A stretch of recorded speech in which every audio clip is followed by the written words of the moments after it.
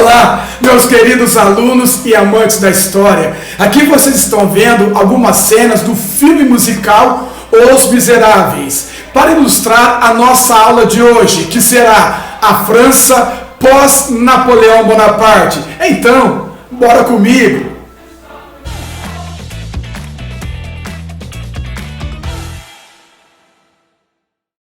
Após o governo de Napoleão, quem vai assumir o poder na França é o rei Luís XVIII, irmão do Luís XVI, que foi guilhotinado lá na Revolução Francesa. Ou seja, nós temos a volta dos Bourbons ao poder na França.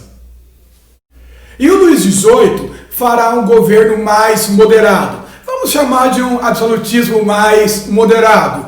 Vai conviver com uma Constituição que ele mesmo elaborou em 1814, lembra? Na primeira prisão de Napoleão, antes do governo dos 100 dias, teve um pequeno período do governo de Luís XVIII.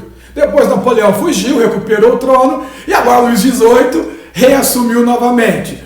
Uma curiosidade para vocês, galera, é que a Constituição de 1814, que será colocada em prática agora na França borbônica, na restauração borbônica, ela servirá de base para a Constituição outorgada de 1824 aqui no Brasil. Viu que bacana? Então a nossa primeira Constituição, a outorgada, imposta por Dom Pedro I, teve como base a Constituição de 1814 de Luís XVIII lá da França.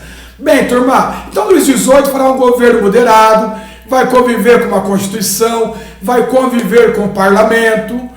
O problema maior virá após a morte dele. Quem vai assumir o trono é o irmão dele também, outro irmão do Luís XVI, tá? Que é o Conde de Artois, Carlos X. E o Carlos X vai tentar restaurar aquele absolutismo ferrenho, radical, anterior à Revolução Francesa, entenderam? Carlos X, ele é ultra realista, ele é ultra absolutista, ou seja, quer voltar àquele absolutismo radical anterior à Revolução Francesa e a Napoleão Bonaparte. Carlos X, pessoal, não terá um bom convívio com o parlamento, esse que lhe fará oposição, já que a burguesia, os setores burgueses dominavam o parlamento francês neste momento. Então, quando chega em julho de 1830, Carlos X colocará em prática as chamadas Ordenações de Julho. Ele fechará o parlamento e imporá uma censura à imprensa. Ou seja, fecha o parlamento e manda um cala-boca na imprensa. Ô louco, prof, mas isso é um golpe? Sim, é um golpe. Toda vez que você vai dar um golpe, você tem que calcular a possibilidade de um contragolpe. Eu tenho força para aguentar este golpe? Para fechar o parlamento? Para censurar a imprensa? Não. Carlos X não tinha. Em apenas 3 dias, os 3 dias gloriosos, também chamado de Jornada Gloriosa, ou Revolução Liberal de 1830. A burguesia depõe Carlos X e entrega o poder ao rei Luís Felipe, o rei associado à burguesia, que ficará conhecido como o rei burguês. Esse belíssimo quadro que vocês estão vendo chama-se A Liberdade Guiando o Povo. Então vocês têm a mulher no centro, com o seio de fora, que simboliza a liberdade, guiando o povo. A bandeira tricolor da Revolução Francesa. Mas esse quadro, A Liberdade Guiando o Povo, de Delacroix, não é sobre a Revolução Francesa. É um quadro que faz referência à Revolução Liberal de 1830, que eu acabei de explicar para vocês. Os ideais são até os mesmos? Sim. A liberdade, a igualdade, a fraternidade, os valores burgueses, a defesa da propriedade privada, a luta contra o absolutismo, a opressão. É um belíssimo quadro, mas não é sobre a Revolução Francesa. É um quadro que simboliza a Revolução Liberal de 1830, que esta sim vai acabar de vez com o governo dos Bourbons na França. Muitos alunos me perguntam sobre a obra Os Miseráveis. A obra Os Miseráveis ela começa em 1815, lá na derrota de Napoleão em Waterloo, e vai até uma série de levantes populares ocorridos em 1832 na França. Então aquele final apoteótico, muito belo, do pessoal lutando, cantando La Marselhesa, tá? Belíssimo.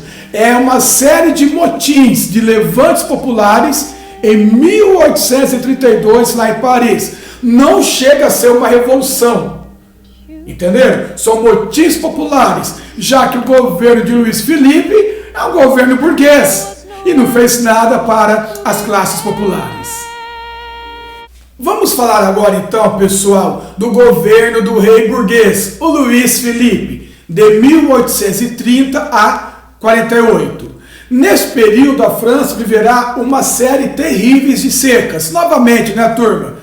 Nós vimos que desde do pré-revolução francesa, a França já vinha sofrendo muito com problemas climáticos, com muitas secas. Isso é uma tônica na França, tá? Nesse período também nós temos aí uma nova força político-social muito importante na França, na Europa e também na França, que é a aula aqui, que é o proletariado liderado pelos socialistas. Inicialmente, os socialistas utópicos, depois os socialistas científicos, marxistas. Então nós temos aí um rei burguês, problemas climáticos na França, seca, e vocês sabem que isso provoca inflação, aumento da carestia de vida, tá? Associado a esse novo componente político-social, tá? O proletariado liderado pelos socialistas. O governo do rei Luiz Felipe, ele tem uma característica muito importante para entender o que virá a seguir. O Luiz Felipe foi levado ao poder por toda a burguesia, tá, turma? Toda vez que eu falo liberalismo, ó, revolta liberal, revolução liberal, ela é burguesa. O século XIX tem duas palavras muito importantes: liberalismo e nacionalismo. O liberalismo político, o liberalismo econômico, o nacionalismo para se libertar do domínio estrangeiro, para unificar os países, como veremos mais para frente, as unificações italiana e alemã, entenderam? Então toda vez que eu falar liberalismo associa a burguesia. Porém, o Luiz Felipe, o rei burguês, no poder, ele vai privilegiar a burguesia financeira, os banqueiros, em detrimento da burguesia industrial, da burguesia comercial. Banco ganha com o quê? Com juros, com altos juros, tinha privilégios do Estado. Então Luiz Felipe, ele vai priorizar a burguesia financeira, os banqueiros, prejudicando a burguesia industrial e comercial. Por isso que ele é chamado mais acertadamente de o rei dos banqueiros. Porque privilegiou a burguesia financeira quando chegou no poder. Então a burguesia industrial, a burguesia comercial começaram a afastar-se de Luiz Felipe e ir para a oposição. E aí nós teremos uma aliança bem interessante dessa burguesia industrial, comercial e do povo. Os populares liderados pelos socialistas para tentarem derrubar o governo do rei dos banqueiros, Luiz Felipe. Uma estratégia muito legal que esses opositores usaram contra o rei Luiz Felipe foi a política dos banquetes, que eram mega banquetes oferecidos ao povo francês lá em Paris, regados a vinho, a comida. Então os burgueses entravam com o financiamento do banquete, comida, bebida, e os socialistas iam arregimentando o povo. Na verdade, cada banquete que era oferecido aos domingos lá em Paris era uma grande manifestação de oposição a Luiz Felipe. Cada brinde feito nos banquetes era um pedido de saída ou de morte para Luiz Felipe. Então isso cai pouco no vestibular, mas aula sempre é melhor sobrar do que faltar. A política dos banquetes. Eram grandes banquetes organizados em Paris, regados à bebida e à comida, gratuitos ao povo, né, turma? Mas para você estimular a oposição, começar a preparar uma nova revolução para depor Luiz Felipe. E o estopim para a Revolução Liberal Socialista de 1848 foi uma repressão violentíssima do rei e sua polícia contra os organizadores que estavam preparando um mega banquete em Paris. Porque era assim, turminha, eles começaram a organizar o banquete do sábado para servir no domingo. As bebidas, a comida, fazer a manifestação. De madrugada, do sábado para o domingo, a polícia de Luiz Felipe atacou os organizadores e matou dezenas de pessoas, imaginando que iria intimidá-los. O efeito foi ao contrário. Pegaram os corpos dos mortos, colocaram em carroças, iluminaram com tochas e passaram a madrugada inteira andando pelas ruas de Paris, mostrando ao povo o que a polícia do rei havia acabado de fazer. Então, se a ideia era intimidar o povo, o efeito foi o contrário. Esse será o estopim para a Revolução Liberal Socialista de 48. Vai, prof, casamento estranho, hein? Liberais com socialistas? É um casamento diferente, mas eles tinham algo em comum: depor Luiz Felipe, e conseguiram em 1848. Chega! Chega! Chega de reis! Para nós burgueses, eles não são confiáveis. Para nós, povão, eles nunca fazem nada. Chega de monarquia! Então será instalado na França a Segunda República Francesa. Teremos um governo provisório de um ano, teremos eleições para presidente da França, e sabe quem será eleito presidente da França, da Segunda República Francesa, em 1849? Luiz Bonaparte, sobrinho de Napoleão. Olha, galerinha, o único ganho que o povo teve com a Revolução Liberal Socialista de 48 foi a criação das oficinas nacionais, que eram algumas fábricas geridas pelos próprios trabalhadores, mas devido à falta de investimentos do governo, de cuidado, elas acabaram fracassando.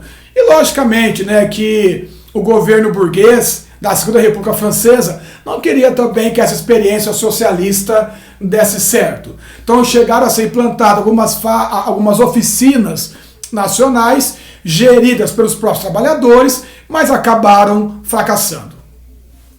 Só que vocês sabem que a família Bonaparte é chegada num golpe, né, turma?